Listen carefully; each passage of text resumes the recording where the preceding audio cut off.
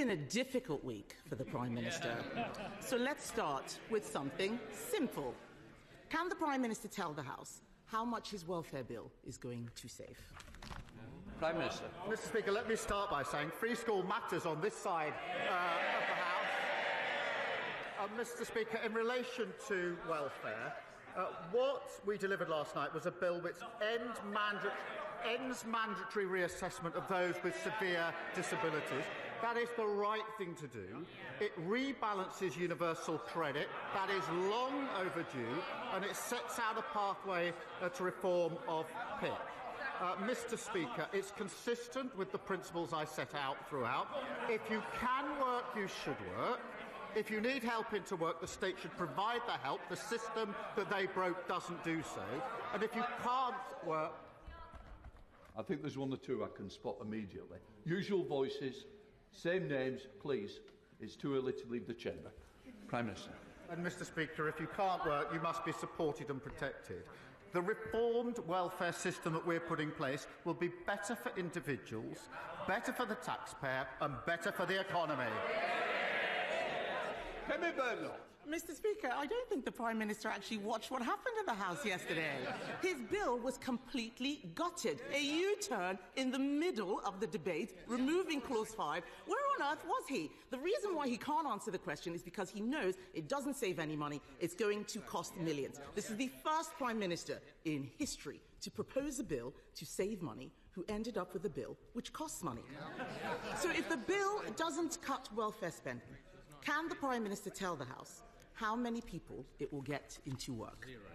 Well, Mr. Speaker, I'm glad she asked that because it gives me the opportunity to say we've already started changing the job centres and investing in support back into work. The Trailblazer scheme, which is doing exactly what she asked me, which is getting people back into work. The bill last night will help people back into work, and of course the Timms review is ongoing. But I tell you what won't help people back into work, won't help control the costs, and that is voting to keep the broken system. And that is what they did last night. Everybody in this House accepts that the current system is broken. It invites the question, who broke it? They broke it. And last night, they voted for the status quo. The broken system is their policy. That won't help individuals, taxpayer, and it certainly won't help the economy. Mr. Speaker, I'll tell him what we did on welfare. Yes, they can laugh. While they're laughing, they don't know. My party delivered the biggest reform of welfare in government. We got record numbers of people into work, including millions of disabled people, and we cut the deficit every year until COVID. The fact is, we're not scared of doing difficult things on this side of the House. We got people back into work. What he forgets is that since the election, since he became Prime Minister, an additional 1,000 people a day are signing on to incapacity benefits. That is 50% more than under us. 50% more than under us.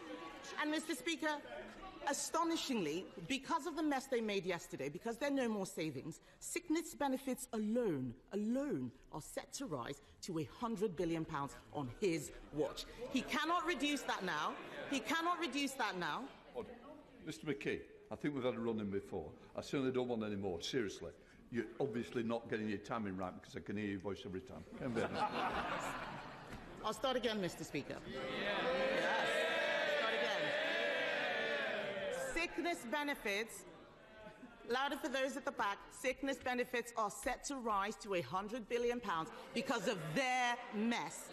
They cannot now reduce it. They can't reduce it because after last night's humiliating U-turn, we know he cannot control his MPs. They're cheering now, but you signed the amendment. Over 100 people signed that reasoned amendment until the bill was completely gutted. He said that he would take the difficult decisions, but isn't the reality that he is too weak to get anything done? Mr. Speaker, I'll tell them what they did to the welfare system. They broke it. And it's the same as the NHS. What did they do? They broke it. Same as the economy. What did they do? They broke it. They broke everything that they touched. And now she describes the broken system that we are trying to fix. And what What did she do? She voted against fixing the system that they built. And I'll tell you, Mr. Speaker, and spell that out, they voted last night for the system that is keeping 1 million young people not learning or earning. That is a disgrace of their system. They voted for a system where we have 3 million people out of work on ill health, and they voted for that system. We're fixing it. We're clearing up the mess that they left, just like we're clearing up the NHS and the economy. He's got some brass neck. Has he read the papers this morning? Has he read the papers this morning? That bill will achieve nothing. It is a pointless waste of time and is absolute proof that he doesn't have a plan. Let me tell the House what's going to happen. In November, the Chancellor is going to put up our taxes to pay for his incompetence. We on this side of the House know that you can't tax your way to growth. But people out there are frightened. People out there... Yes. These are the same people who cheered when they talked about the NI rise and the jobs tax. Why are they complaining now? People out there are frightened. Can he, Mr. Speaker, can he reassure them by ruling out tax rises in the autumn budget? Prime Minister. Mr. Speaker, she knows that no Prime Minister or Chancellor ever stands at the dispatch box and writes budgets in the future. That isn't what they did, it isn't what we did, and she knows it. But she talks about growth. For 14 years, we had stagnation, and that is what caused the problems. And I'm really pleased, Mr. Speaker, to show the progress that we're making. I can update the House. Last week, Amazon put in £40 billion of investment into this country, one of the biggest investments of its time. That brought the inward investment to £120 billion in the first year of this Labour government. Mr. Speaker, I can also tell the House that business confidence is the highest for 9 years. That's longer than the whole time that the leading opposition's been in Parliament. And the figures this week demonstrated and showed we had the fastest growth in the G7 in the first quarter of this year. What a difference to the mess they left. That's the difference a Labour government made. Mr. Speaker, he talks about jobs. Unemployment has risen every month since Labour took office. Has he spoken to Nissan, by the way, and looked at what's happening there? This man has forgotten that his welfare bill was there to plug a black hole created by the Chancellor. Instead, they're creating new ones. They're creating new ones. She looks... Mr. Speaker, she's pointing at me. She looks absolutely miserable. Labour MPs, yeah, she looks absolutely miserable.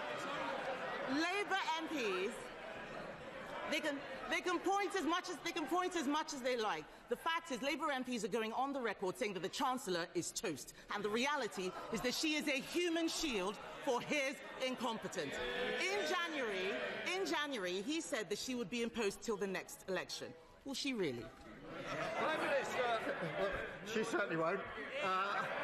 Mr. Speaker, I have to say I'm always cheered up when she asks me questions or responds to a statement, because she always makes a complete mess of it and shows just how unserious and irrelevant they are. But she talks about the black hole. They left a £22 billion black hole in our economy, and we're clearing it up. And I'm really proud, Mr. Speaker, that in the first year of a Labour government we got free school meals, breakfast clubs, childcare, got £15 billion invested in transport in the North and the Midlands.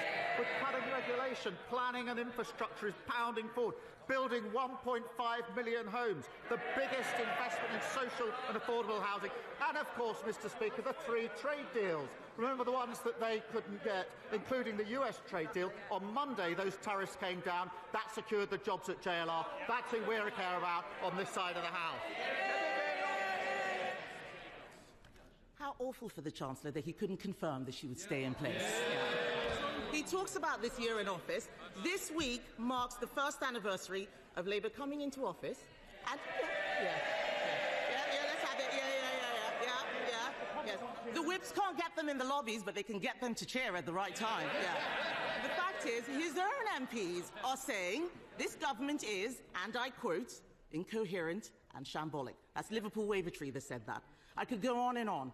But the fact is, it's been mistake after mistake after mistake. There is no plan to get people into work. There is no plan to cut the welfare budget. There is no strategy. There is just a series of humiliating U-turns like winter fuel, like grooming gangs. Mr. Speaker, what's really shocking is that every other party in this House voted for even more welfare spending yesterday. Yes, those MPs behind him and the Lib Dems and Reform The Conservative Party believes that this country needs to live within its means.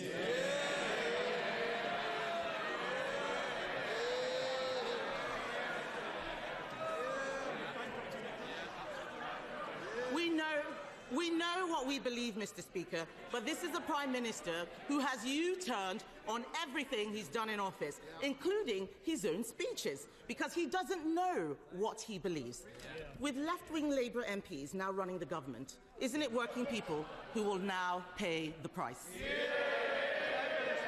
Mr. Speaker, this is why she always cheers me up. She talks about living within their means, having left a £22 billion black hole. Mr. Speaker, she talks about the first year. I'm really proud of our first year in government. We promised, Mr. Speaker, 2 million extra NHS appointments. We've delivered 4 million. A promise made and a promise delivered. We promised the biggest upgrade to workers' rights in a generation within the first 100 days. Promise made, promise delivered. We promised free breakfast clubs. That's a promise made and a promise delivered. Banning bonuses for water bosses who pollute our rivers. That's the mess they left. A promise made and a promise delivered. Creating GB Energy. A promise made and a promise delivered.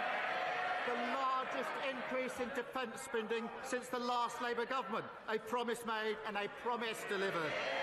And putting more money in the pockets of working people, particularly the 3 million who are the lowest paid through the national minimum wage. A promise made and a promise delivered. We're only getting started, and the Chancellor has led on all these issues, and we're grateful to her for it. Prime Minister. There are shocking statistics, and rail staff work incredibly hard to keep our country running and keep people safe, and the abuse and assault on staff is utterly unacceptable. And we're taking measures to make sure they are safer. We want to encourage, Mr. Speaker, the use of body-worn cameras, which have been proven to reduce violence against staff by up to 47%. And may I take this opportunity to thank our outstanding British Transport Police for everything that they do to support staff and passengers.